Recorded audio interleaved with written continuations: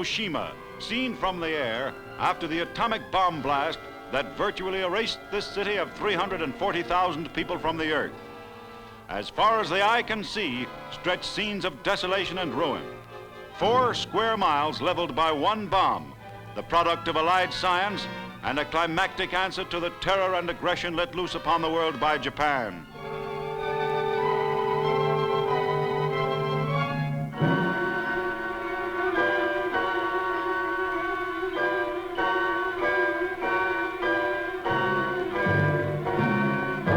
There was no direct hit, no gaping crater. Exploding in the air above this former Japanese Army deployment center, the first of the 2 atomic bombs used against Japan caused this area of destruction. Only a few isolated structures still standing.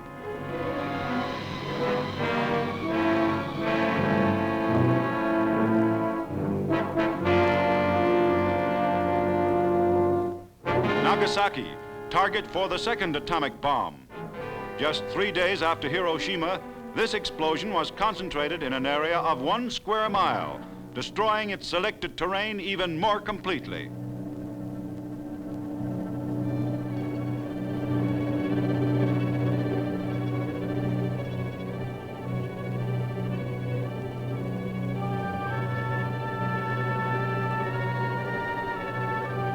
Osaka, city of 3 million, is burned out by fire bombs that razed scores of square miles. Scenes like these leave no doubt that Japan was thoroughly beaten before the atomic bomb. Kure, Japanese arsenal city and site of the empire's largest naval base. In its harbors lie the disabled remnants of a once powerful fleet. Japanese sea power smashed beyond repair in a succession of defeats by the American Navy. Another evidence of the enemy's final inability to wage war.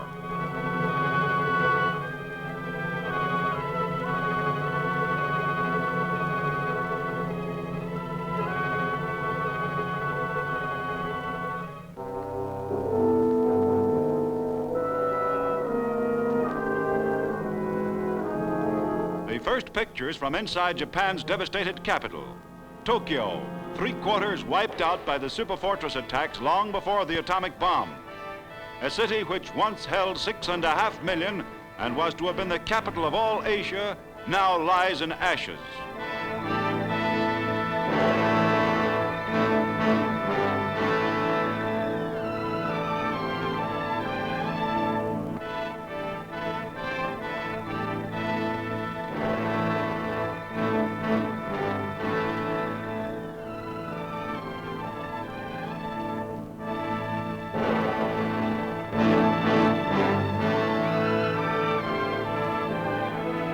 Outside the Emperor's palace, almost wholly untouched in the American bombings, a few Japanese subjects worship.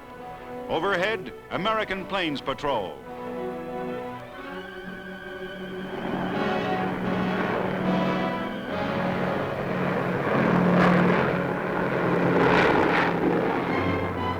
A few miles from this garden spot stands one of the foulest of Japanese prisoner of war camps, Ofuna. From the filth and mistreatment they endured here, these American soldiers are now freed.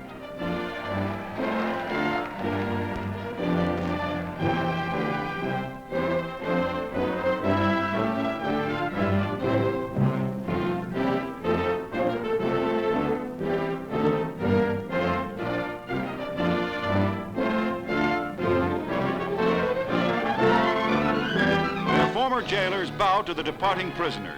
A long, bitter period of suffering is over. Victory for them means home again.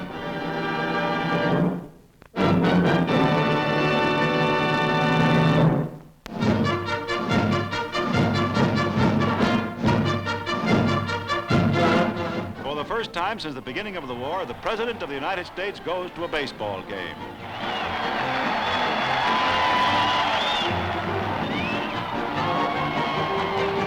Truman takes his place in the stands, autographing a baseball for the Washington mascot before the game between teams representing Washington and St. Louis. The President tosses out the first ball to start the game.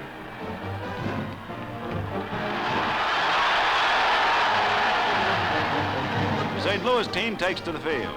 Baseball Commissioner Chandler is among the spectators, as in the first inning, Washington's Myatt hits safely, advancing Case to second base.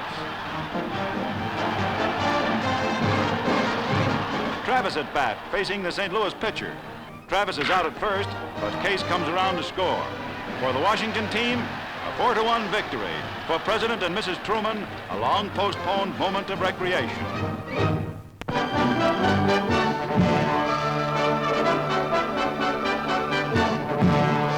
Home from Bataan and Corregidor and from Japanese prisons is General Jonathan M. Wainwright, greeted at San Francisco by the Western Defense Commander and by his sister, Mrs. Frederick Mears. For the first time in 5 years, Jonathan Wainwright walks on the soil of his native land.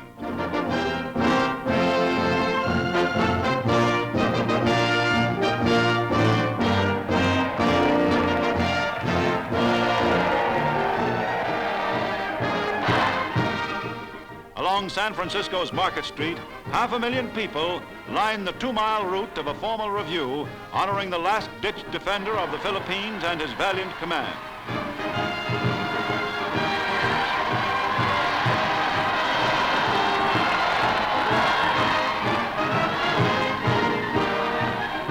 Accompanied by his son, Commander Jonathan Wainwright V, the general saw a cross-section of the power that avenged Bataan and Corregidor. Arriving in Washington, he meets Mrs. Wainwright for the first time since she left the Philippines in early 1941. Together again, the general and his wife received the acclaims of hundreds of thousands on a hero's tour through the nation's capital.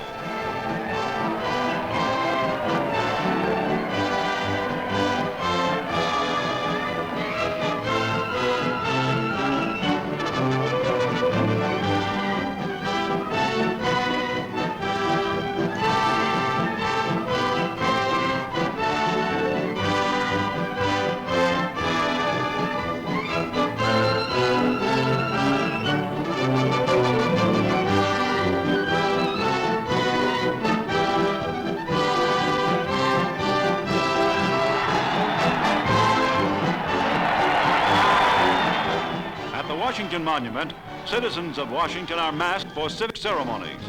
They await the man who has tasted both the bitterness of defeat and the joy of victory as much as any leader of our time.